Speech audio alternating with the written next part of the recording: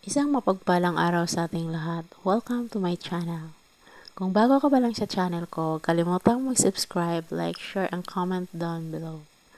God bless and God loves you. Mahilig ka bang kumain ng sitaw o string beans? 10 nakakabilib na health benefits. Alamin, ang sitaw ay may mahabang hugis na parang patpat na kulay berty. Ang loob nito ay may maliliit na buto na maaari ring kainin. Ang sitaw o string beans ay isa sa mga pinakapopular na gulay sa Pilipinas. Madali itong lutuin at masarap isama sa iba't ibang ulam. Bukod sa lasa, meron din itong maraming benepisyo para sa ating kalusugan. Sa vlog na ito, tatalakayin natin ang mga sumusunod. Ang 10 pangunahing benepisyo ng sitaw sa kalusugan. Ang mga katotohanan sa nutrisyon na taglay ng sitaw. Ang sitaw ay bilang isang sangkap ng mga lutuin. Ang tamang paraan sa pagpili ng magandang kalidad na sitaw na ating bibilhin. Narito ang 10 benepisyo sa kalusugan ng sitaw na dapat mong malaman. Una, nagpapababa ng panganib ng sakit sa puso. Ayon sa isang pag-aaral, ang sitaw ay may mataas na antas ng flavonoids na mga kimikal na nakakatulong sa pag-iwas ng pagbara ng dugo. Sa mga ugat at arteries, ang mga taong may mataas na flavonoids levels ay makakaranas ng anti-thrombotic effects na napapabawas ng posibilidad ng cardiovascular disease, heart attack at stroke. Nakakatulong sa pagkontrol ng diabetes. Ang sitaw ay isa sa mga gulay na kilalang may hypoglycemic influence sa mga pasyenteng may diabetes. Ibig sabihin, nakapababa ito ng blood sugar level sa katawan. Ang natural na regulators ng diabetes ay bihira, kaya ang koneksyon ay sitaw at katulad ng mga halaman na nagkokontrol ng diabetes ay magandang balita para sa marami. Pampalakas ng immune system. Ang sitaw ay mayaman sa iba't ibang antioxidant na nakakapagpabos ng immune system. Ang mga antioxidant ay may mga benepisyong sangkap sa ating katawan na lumalaban sa mga panganib ng free radicals bago sila makapagdulot ng sakit o pinsala sa mga tissue. Ang sitaw ay maaaring nagbigay ng carotenoids at flavonoids na dalawang uri ng antioxidant. Ang carotenoids ay naglalaman ng beta-carotene at lutein, habang ang flavonoids ay naglalaman ng quercetin, camphoryl, Efficactin at catechin na maaaring makatulong sa pagbawas ng severity stroke. Nakakatulong sa pagtunaw ng pagkain. Ang mataas na fiber content ng sitaw ay nakakapekto ng positibo sa digestive system. Pinapadali nito ang proseso ng pagtunaw at pagpapabilis ng bowel movements na maaaring magbawas ng stress sa bowel walls. Sa pamamagitan ng sapat ng fiber sa ating dieta, maaari nating maiwasan ang ilang mga digestive issues tulad ng constipation. Ang sitaw na may kahabaan na isang uri ng birding gulay kung tatawagin sa English ay string beans o green bean at may scientific na Phaseolus vulgaris. Pamilyar na ito sa mga bata dahil sa pagkakasama nito sa kantang Bahay Kubo.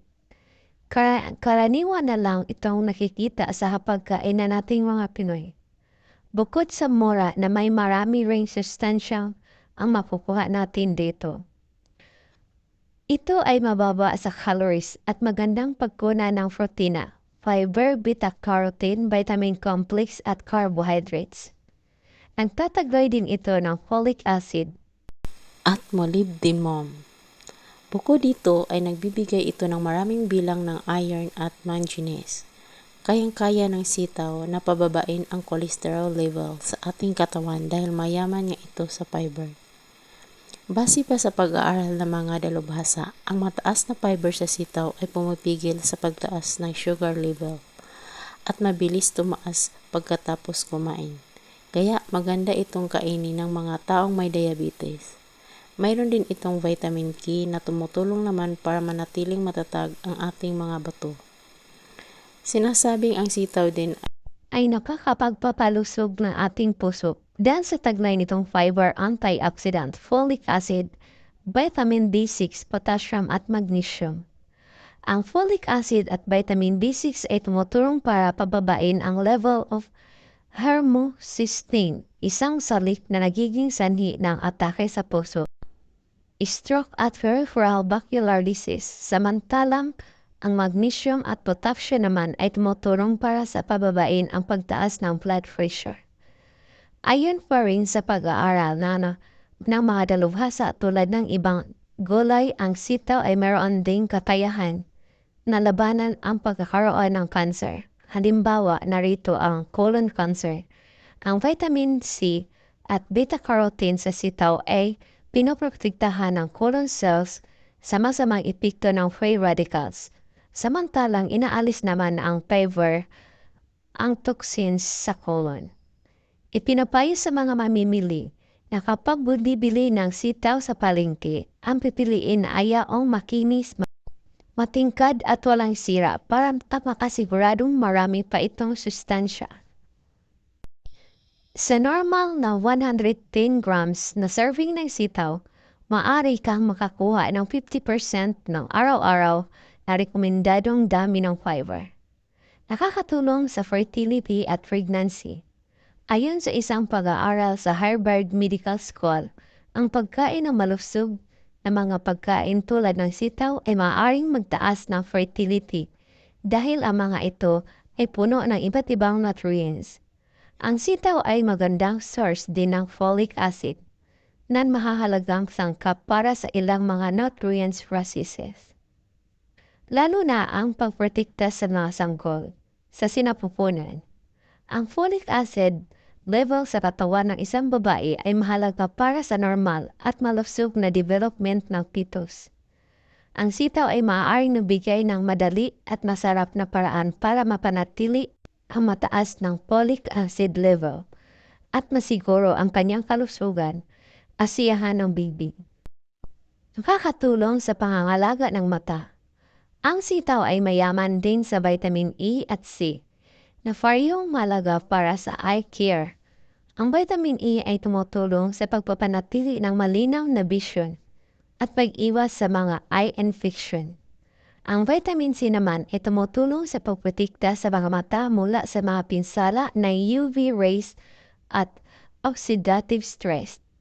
Ang sitaw ay maaari ring nagbigay ng lutein at zeaxanthin na dalawang uri ng carotenoids na nakakatulong sa pagbawas ng panganib ng AIDS-related macular degeneration at cataracts. Nakakatulong sa pagpapalakas ng buto.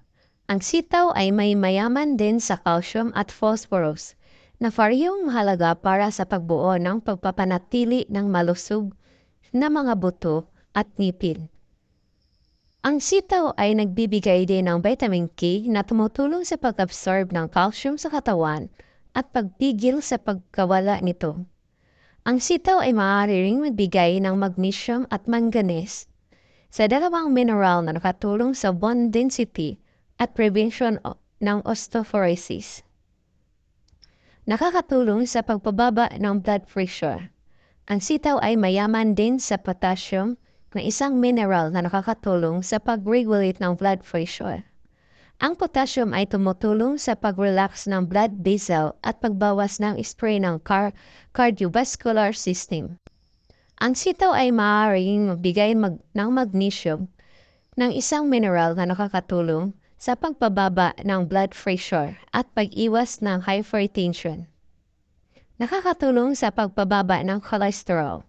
Ang sitaw ay mayaman din sa fiber na isang sangkap na nakakatulong sa pagpababa ng LDL, cholesterol o masamang cholesterol levels. Ang fiber ay tumutulong din sa paglinis ng colon at pagtanggal ng mga toxin sa katawan. Ang sitaw ay maaari ring magbigay ng niacin na isang uri ng vitamin B na nakakatulong sa pagpababa ng cholesterol at triglycerides. Nakakatulong sa pagpapaganda ng balat. Ang sitaw ay mayaman din sa antioxidant na mga sangkap sa nakakatulong sa pagpapaganda ng balat. Ang antioxidant ay tumutulong sa paglaban ng mga free radicals na nagdudulot ng premature aging, wrinkles at dark spot. Ang sitaw ay maaari ring magbigay ng vitamin C na isang antioxidant na tumutulong sa collagen production at skin elasticity. Ang sitaw ay mayaman sa calcium at phosphorus na kailangan para sa malakas na mga buto at ngipin. Ang tamang paraan ng pagpili ng magandang kalidad na sitaw. Paano nga ba natin malaman kung ang sitaw na bibili natin ay magandang kalidad? Narito ang ilang mga tips na dapat tandaan sa pagpili ng sitaw. Pumili ng sitaw na malinis at walang sira. Iwasan ang mga sitaw na may mga butas, punit, kulubot at mancha. Ang mga ito ay may sinyalis na ang sitaw ay hindi sariwa o may mga insekto. Halimbawa, kung makikita mo ang mga uod o langgam sa loob ng sitaw, ibig sabihin ay may sira na ito at hindi na dapat kainin. Pumili ng sitaw na malutong at hindi malambot. Subukan humawak ng isang piraso ng sitaw at baliin ito sa gitna. Kung maririnig mo na ang isang malutong na tunog at makikita mo ang puting kataas nito, ibig sabihin na ay sariwa at maganda ang kalidad ng sitaw. Kung hindi naman, ibig sabihin ay luma o overripe na ang sitaw. Halimbawa, kung makikita mo ang mga buto ng sitaw na lumalabas sa balat nito, ibig sabihin ay overripe na ito at hindi na masarap ang lasa. Pumili ng sitaw na may makinis at makintab na balat. Ang mga sitaw ay may ganitong katangian, ay mas nakakainganyo kainin at mas masarap din ang lasa. Iwasan ang mga sitaw na may malabnaw o malagkit na balat dahil ito ay sinyalis na nababad na ang sitaw sa tubig o may mga chemical na ginagamit sa pagtatanim ito. Halimbawa, kung makikita mo ang mga puting tuldok o parang asukal na balat ng sitaw, ibig sabihin ay may chemical na ginagamit dito at maaaring makasama sa kalusugan. Pumipili ng sitaw na may pantay-pantay ang haba at kapal. Ang mga sitaw ay may ganitong katangian ay mas madaling lutuin at mas maganda ang presentation sa plato. Iwasan ang mga sitaw na may iba-ibang haba at kapal dahil ito ay sinyalis na hindi pare-pareho ang laki ng sitaw o may mga deformities ito. Halimbawa, kung makikita mo mga sitaw na masyadong maikli o mahaba, mataba o payat, tuwid o baluktot, ibig sabihin ay hindi maganda ang mga nag-aalaga sa sitaw na maaaring hindi rin maganda ang lasa nito. Thanks for watching, guys! God bless and God loves you.